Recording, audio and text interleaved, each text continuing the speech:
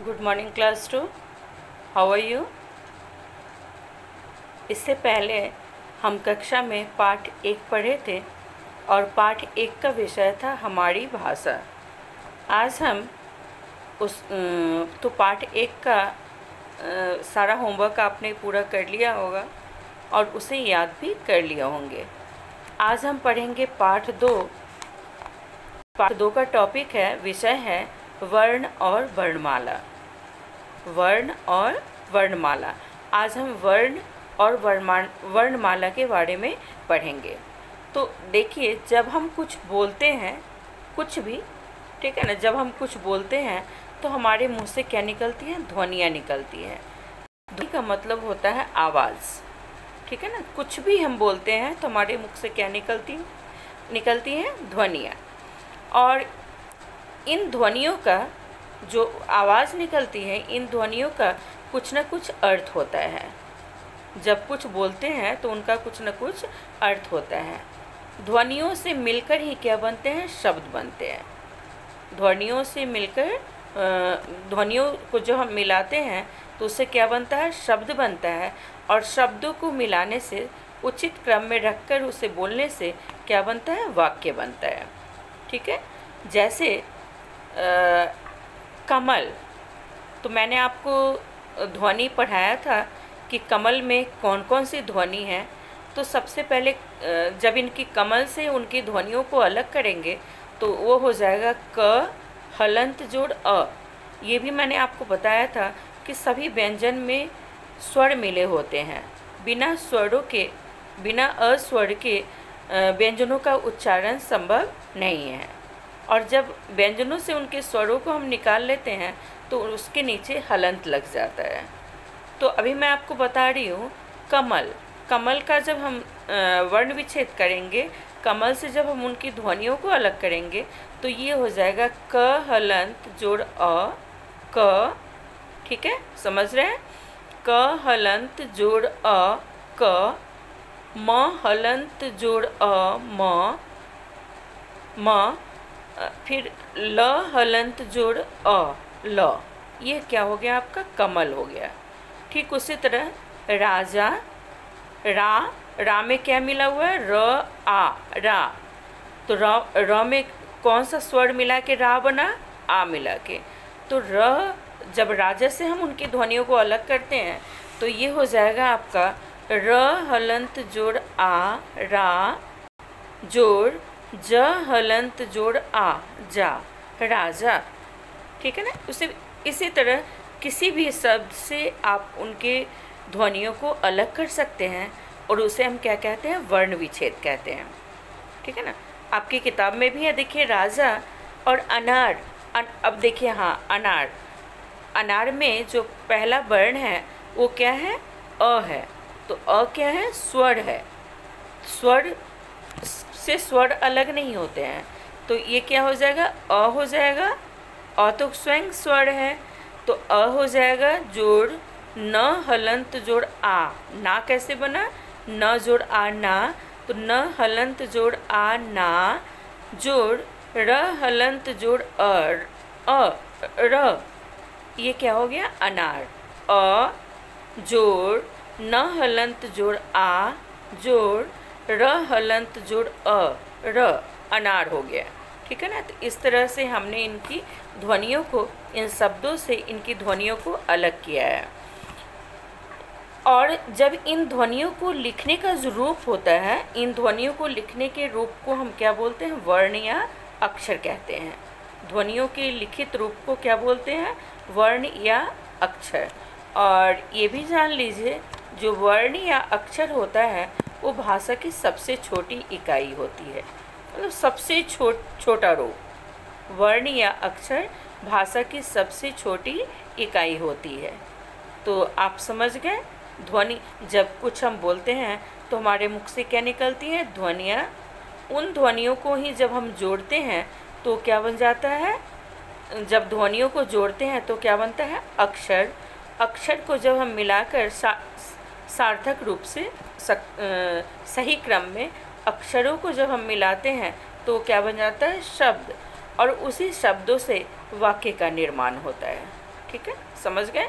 जैसे आपको कोई शब्द मिल जाता है जैसे कटहल, पालक, और उससे कहा जाता है कि चलिए आप वाक्य बनाइए, तो पालक पालक हरी पत्तेदार सब्जी होती है, ठीक है ना, ऐसे वाक्य बनाते हैं ना।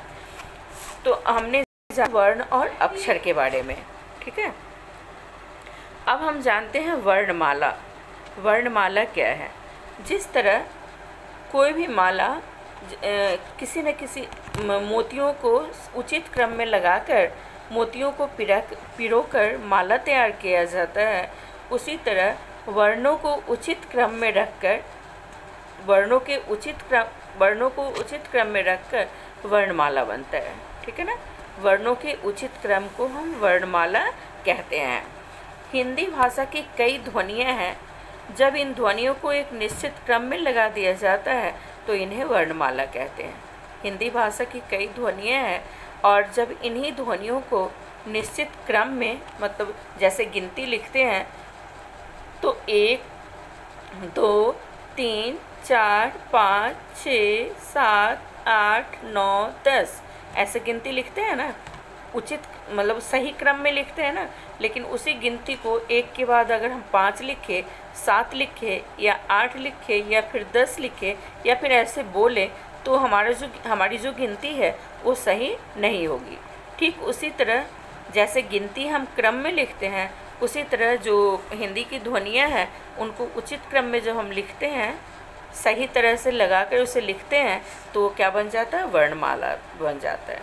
तो आपने जाना वर्णों का समूह वर्णमाला कहलाता है। वर्णों के समूह को क्या कहते हैं? वर्णमाला। वर्ण में क्या क्या होते हैं? स्वर और व्यंजन। वर्ण में क्या होते हैं? स्वर और व्यंजन। तो वर्ण के 2 भेद होते हैं, स्वर और व्यंजन।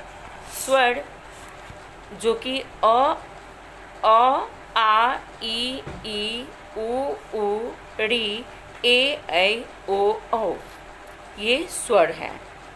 अंग औ तक मैंने बोला।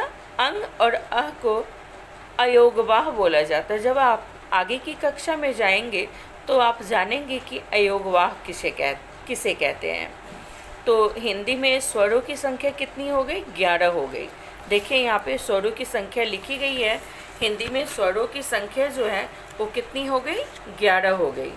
अ, आ, ई, उ, ऋ, ए, ऐ, ओ, औ।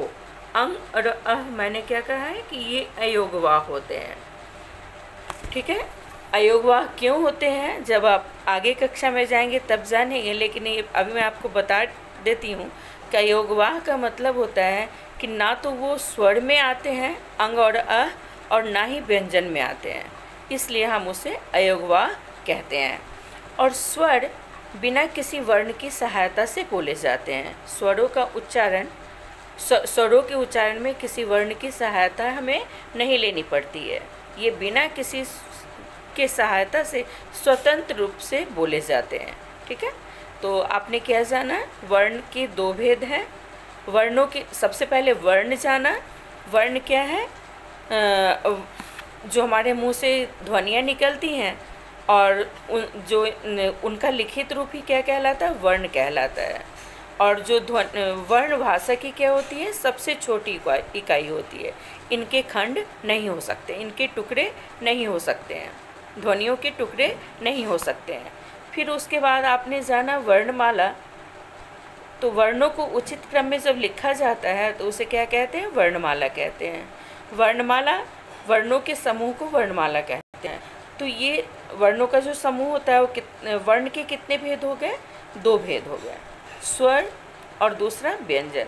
स्वर के बारे में आपने जाना।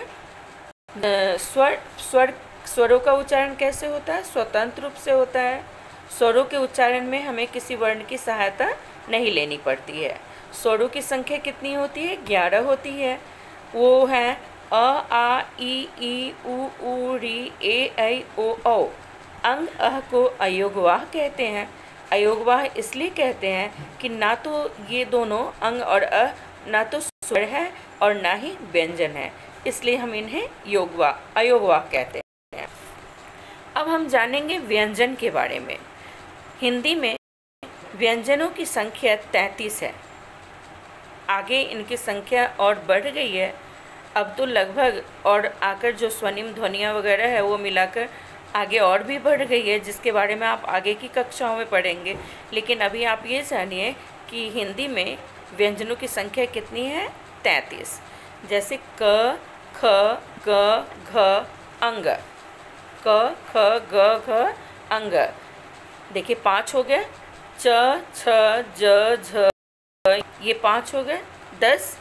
ट, ठ, ड, ढ, त, थ, द, ध, न, प, फ, भ, म। ठीक है, तो ये जो क से लेकर जो व्यंजन है वो सभी पंक्तियों में 5-5 हैं। ठीक है ना, तो इनकी संख्या कितनी हो गई? 25। क से म तक के व्यंजनों की संख्या कितनी हो गई? 25। अब आगे देखिए आप, य, र, ल, व, श, श, स, स, ह, जिसको हम तलाब्य श, मूर्धन्य श, दंत स और ह बोलते हैं। ठीक है ना, तो ये हो गया आपको ये क से ह तक का जो व्यंजन है, इनकी जो संख्या हो गई 33 हो गई। ठीक है, अब आप जानिए कि क से म तक के जो व्यंजन होते हैं, जिनकी संख्या 25 है, सभी पंक्तियों में 5-5 है।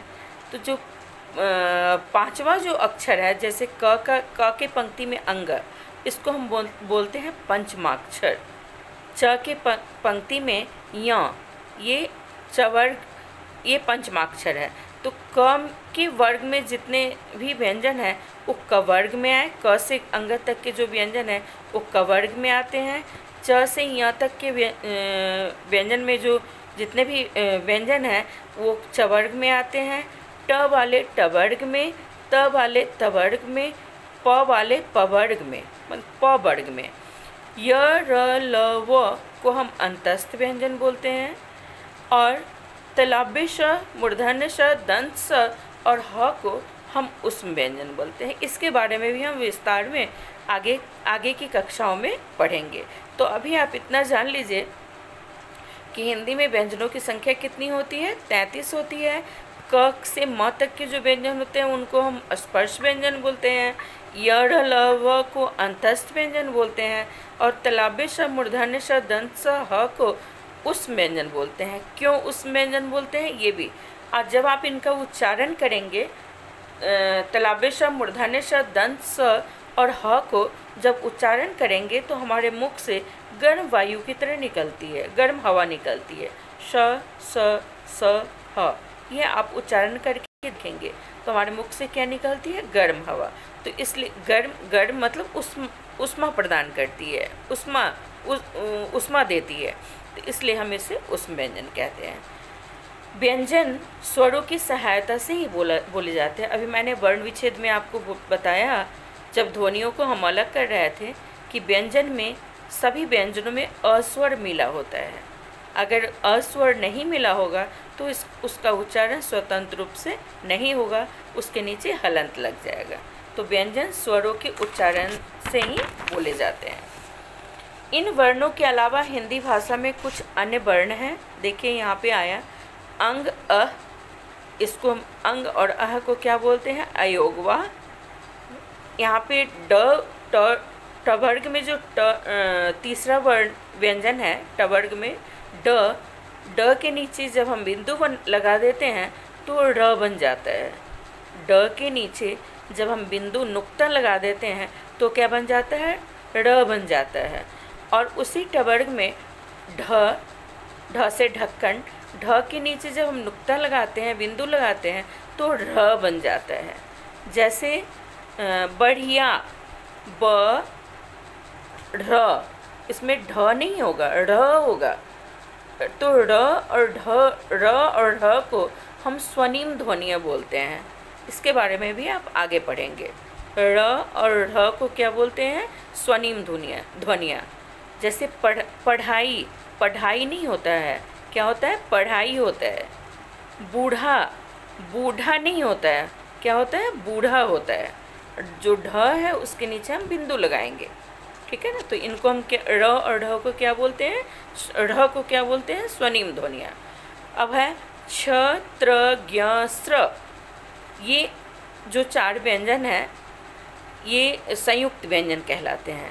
छ त्र ज्ञ स्र, क्यों ये संयुक्त व्यंजन कहलाते हैं, क्योंकि ये जो चारों व्यंजन है वो 2 व्यंजनों को मिलाने से बनते हैं। छ बनेगा आपको क हलंत र जोड़ अ, छ मतलब क और स को मिलाने से है। त हलंत जोड़ र हलंत जोड़ अ, त्र, मतलब त और र को मिलाने से क्या बनता है, त्र। ज्ञ ज हलंत जोड़ य, छ छ ज झ य जोड़ अ, ये बन जाएगा आपका ज्ञ, ठीक है ना। देखिए आपने देखा कि सभी में 2 व्यंजनों को मिलाने से बन रहे हैं। श्र तलाबे श हलंत जोड़ र जोड़ अ, ये हो गया आपका श्र, ठीक है ना। तो ये होगी इन सभी में, इन चारों में आपने 2 व्यंजनों को मिलाने से बनते हैं, इसलिए हम इन्हें क्या कहते हैं, संयुक्त व्यंजन कहते हैं। फिर से देख लीजिए, क से म तक के जो व्यंजन है उसको कौन सा व्यंजन बोलते हैं, अस्पर्श व्यंजन। अस्पर्श व्यंजन क्यों बोलते हैं, हम आगे के कक्षाओं में पढ़ेंगे, क्योंकि हमारे मुंह में जब इन व्यंजनों का क से म तक के जो व्यंजन है, जब हम इनका उच्चारण करते हैं तो जो हमारी जीभ है वो हमारे किसी न किसी भागों को स्पर्श करती है मुंह के अंदर, इसलिए हम इसे स्पर्श व्यंजन कहते हैं, ठीक है। म उसके बाद य र ल व को अंतस्थ व्यंजन कहते हैं। य र ल व को क्या बोलते हैं, अंतस्थ व्यंजन, जो मैंने आपको बतलाया है। फिर तलाबे श मूर्धन्य श दंत स ह को उष्म व्यंजन बोलते हैं। क्यों उष्म व्यंजन बोलते हैं ये भी मैंने आपको बतला दिया। अंग अह को अयोगवाह बोलते हैं, ये भी मैंने आपको बतलाया, क्यों बोलते हैं ये भी बतला दिया। र और ढ जो कि ट ठ ड ट वाले टवर्ग से ही लिया गया है, तो इसके नीचे बिंदु लगा दिया जाता है, इसे हम क्या बोलते हैं, स्वनिम ध्वनियाँ। छ त्र ज्ञ स्र को संयुक्त व्यंजन बोलते हैं। क्यों संयुक्त व्यंजन बोलते हैं, क्योंकि ये 2 व्यंजनों को मिलाने से बनते हैं, तो इसे हम संयुक्त व्यंजन कहते हैं। ये आपने जान लिया। प्रश्न उत्तर मैं आपको व्हाट्सएप के द्वारा भेजूंगी। सबसे पहले आप पाठ को अच्छे से पढ़ेंगे और उसे समझने की कोशिश करेंगे, फिर आगे मैं प्रश्न उत्तर आपको भेजूंगी, ठीक है। तो अभी तक हमने सीखा, बोलते समय हमारे मुख से जो कुछ निकलती है उसे ध्वनियाँ कहते हैं। ध्वनियों को ही वर्ण या अक्षर कहा जाता है। वर्ण को छोटा नहीं किया जा सकता है, वर्ण का कोई खंड नहीं होता, वर्ण के टुकड़े नहीं किए जा सकते हैं। वर्णों के 2 समूह होते हैं, स्वर और व्यंजन। स्वरों का उच्चारण स्वतंत्र रूप से होता है, परंतु व्यंजनों के उच्चारण में स्वरों की सहायता लेनी पड़ती है। वर्ण, ठीक है। स्वरों की संख्या कितनी है, 11, और व्यंजनों की संख्या कितनी है, 33। आप अच्छे से पाठ को सबसे पहले पढ़ेंगे। Thank you class.